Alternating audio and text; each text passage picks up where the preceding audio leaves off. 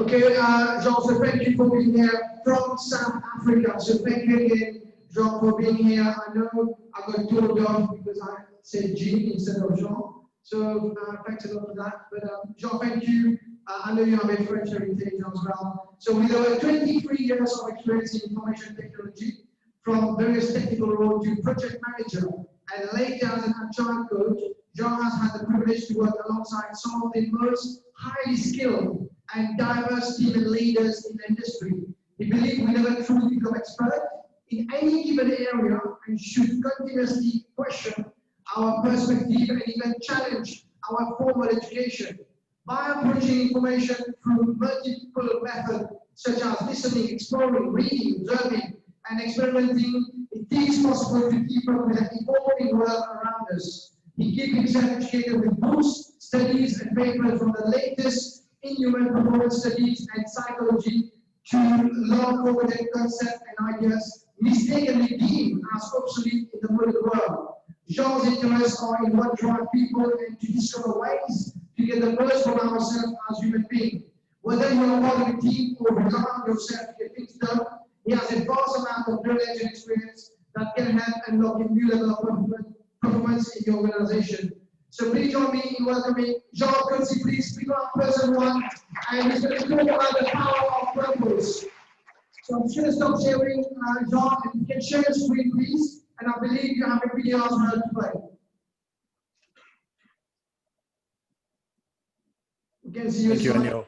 Yeah, we can see your slide. If you just go for full screen, please, as well. Thank you. Is that okay? Yeah. Good day, everyone. We can see the slide. So you need okay. to go over it again. All right, let me fix that. We love your screen. We love your background as well in the back. Is that better? Yeah, awesome. Thank you very much indeed. And just yeah. Thank you, Jean Olmos. Thank you very much indeed for being here today.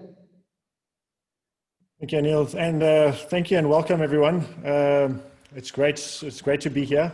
I'm today going to share with you some information and some research that I've done over the years, and I'll be presenting to you the power of purpose. First of all, I'm going to just start off with a video, and Anil, I don't know, you said you want to share play it from your side, so this is just a lead in. Just play it from your side, and if it doesn't work, we'll have it on YouTube.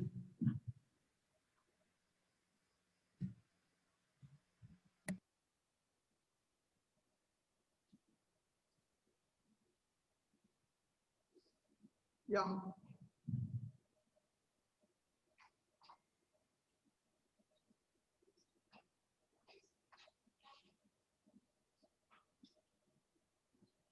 Is there any sound in there? Can you hear the sound? No, we can't hear the sound. No. So when you share, click on sound and optimize. You know, when you share your screen, reshare again, and then click on sound and optimize. Okay, thank you.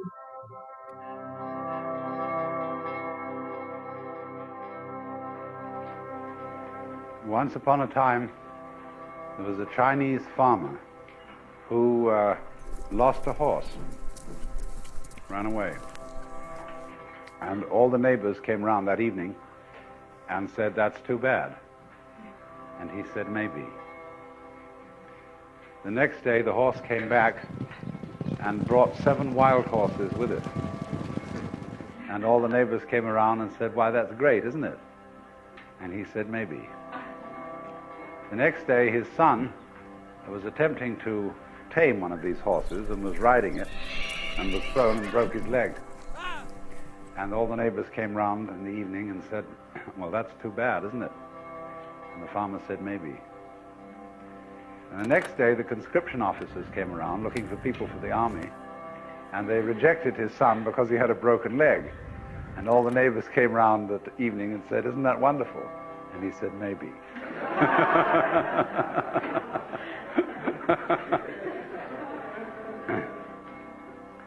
the whole process of nature is an integrated process of immense complexity,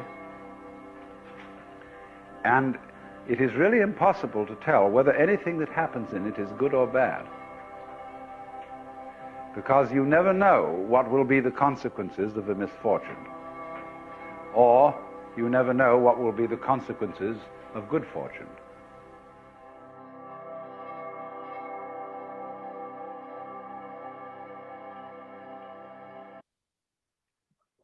Just a little bit of a lead into this. There's some relation between this video and what I'm going to share with you today. It's both depressing but also quite intriguing to have this message. But I will share with you the rest of this and where this will come together. Share the screen again, please. Thank you. You can see now. Thank you. So first of all, there's a difference between motivation, inspiration, and purpose in life. And this is applicable both in life and in the workplace. Motivation is temporary. Inspiration drives new ideas, but purpose has a very lasting effect on people's lives. And I've dealt a bit more about the purpose in people's individual nature, and this is what I'm going to go into. Now, you may be familiar with the lean concepts, and there used to be 7 wastes of lean. And if you are familiar with this process, there's a little bit extra to it, and there's an 8th waste that was added. First of all, the blue ones are the more familiar ones, but the more recent one is non-utilized talent being the 8th waste of individuals. And we are going to go into this a little bit more, but basically what it means is human beings have untapped potential, and we don't know at any given point in time whether we are actually utilizing talent to its full potential yet. So it is important to work on the human concept and understand individuals well enough in order to go into that. So there's 2 concepts that I want to share with you. The first is self-determination theory. In psychology, this is used to describe the motivation behind people's driven nature. And the one is intrinsic driven, or the other is a extrinsic driven individual. The one is driven by enjoyment, interests, and satisfaction. The other might be more because they are pressured to do so, whether it be for a salary or for, out of fear of not being able to keep their position or their job or the situation that they're in. It is also change related. Now, I would like to make sure that this is not just a message that I'm sharing with you, but particularly what us as leaders can do, or us as managers can do in the workplace to unlock this within employees. So first of all, allowing team members to take an active role, that meaning allowing people to actually live their role that they're in, offering employees responsibilities and providing them with feedback frequently, and offering them the support and encouragement in order to do so. That unlocks it. And then being careful not to overuse extrinsic rewards. In other words, using bonuses or rewards that could potentially make a person become less intrinsic and the motivation that comes from their internal needs.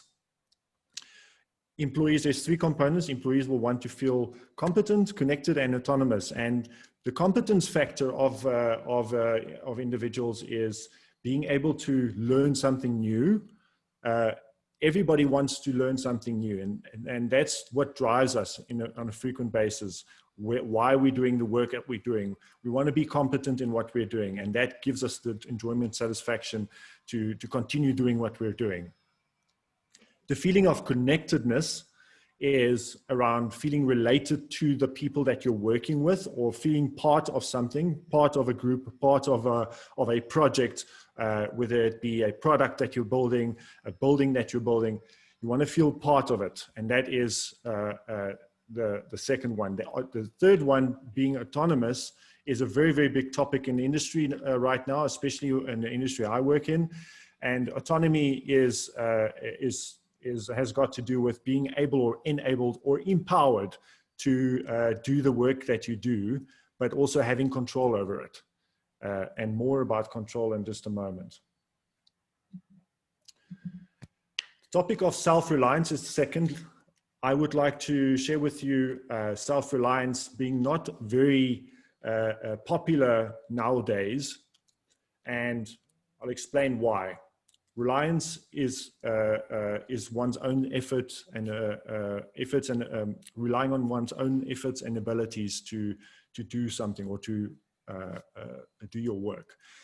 So first of all, the reason why self-reliance is not such a big topic is because teamwork has become such a big factor in our workplace.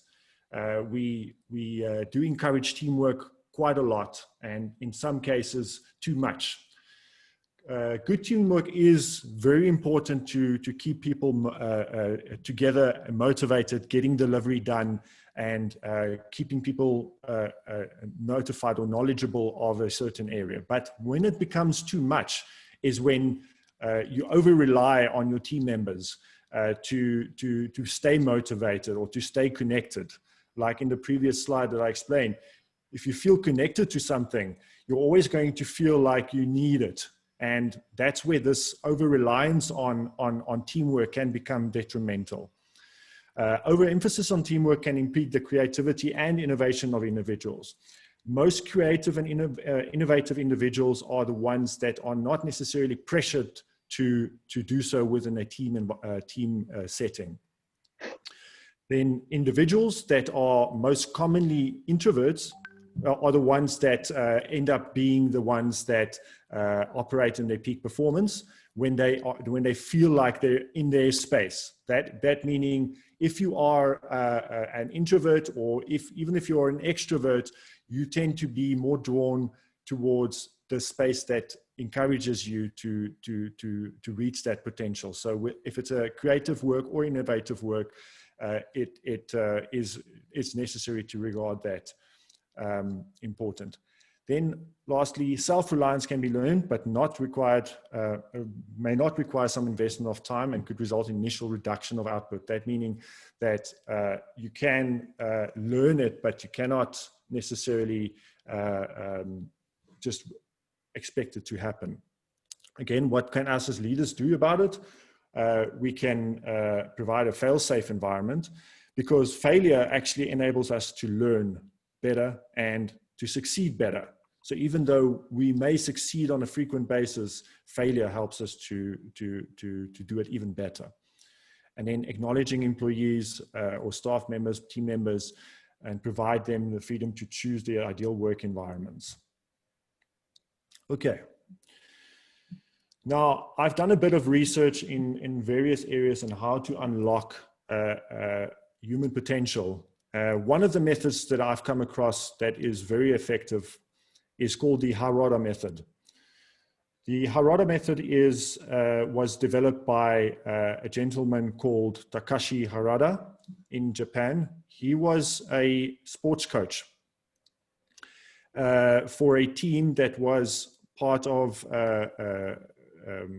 athletics group or athletics system that constituted of around 380 schools in the area that he took part in. Now, the team was the worst performing team in the area of Osaka, and they never won any medals.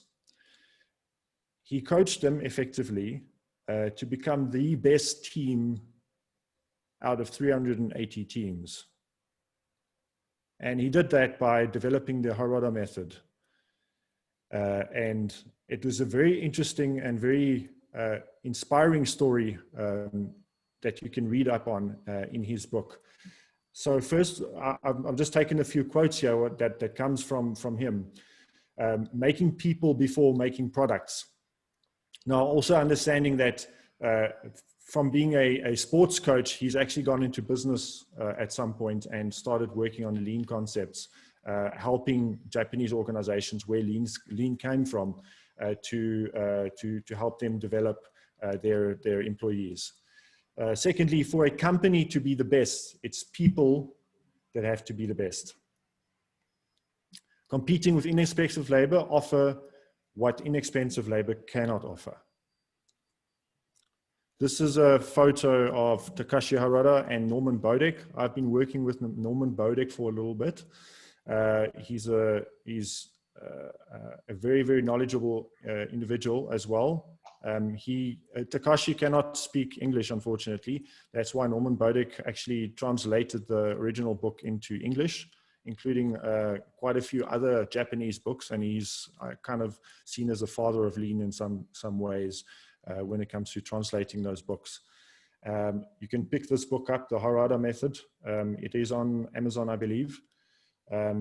But some very interesting things that you can find in there that helps with this concept. Now, developing a purpose.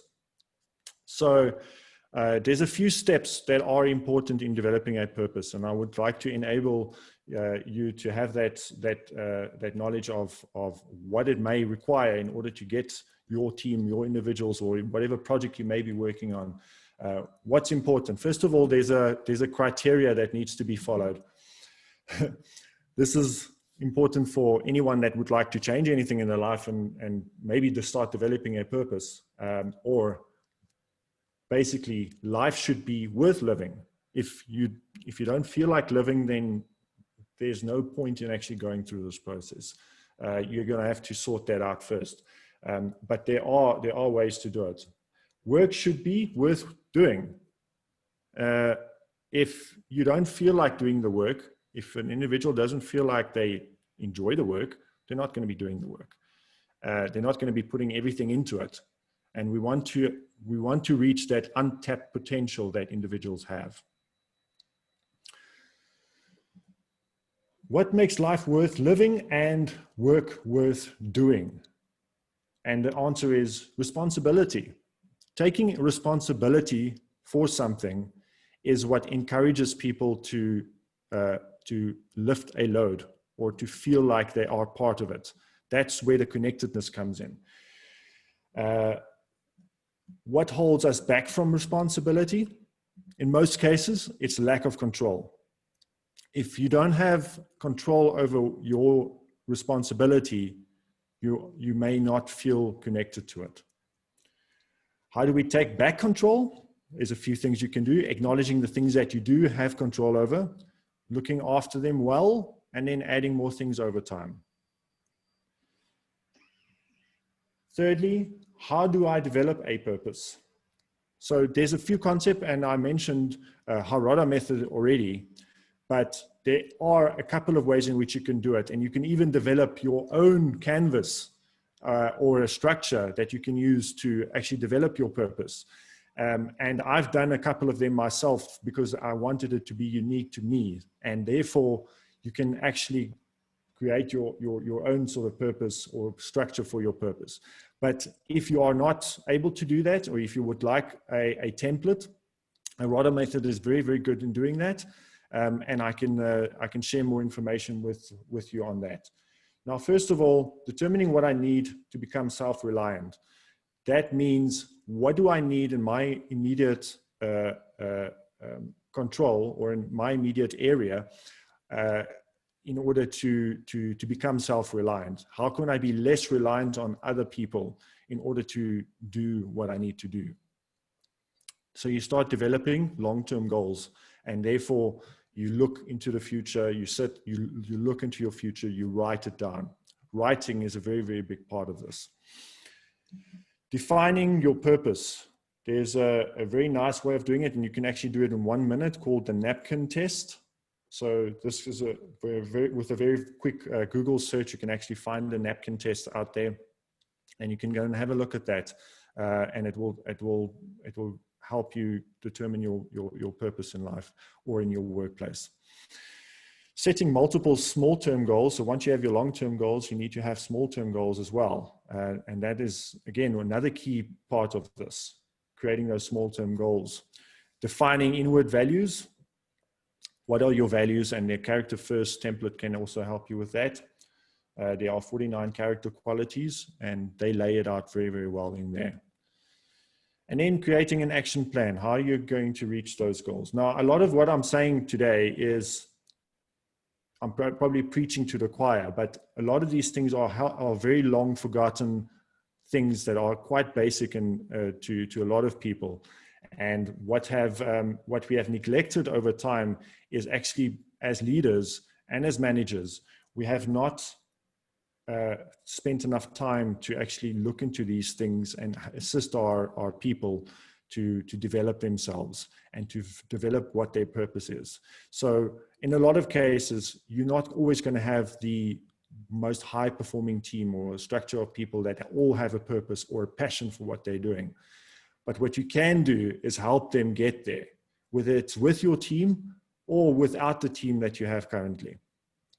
Because sometimes people need to find their destiny in order to move on, and making people reach that point is more important than actually forcing someone to actually do the work that they would like to do. It would be much better off otherwise.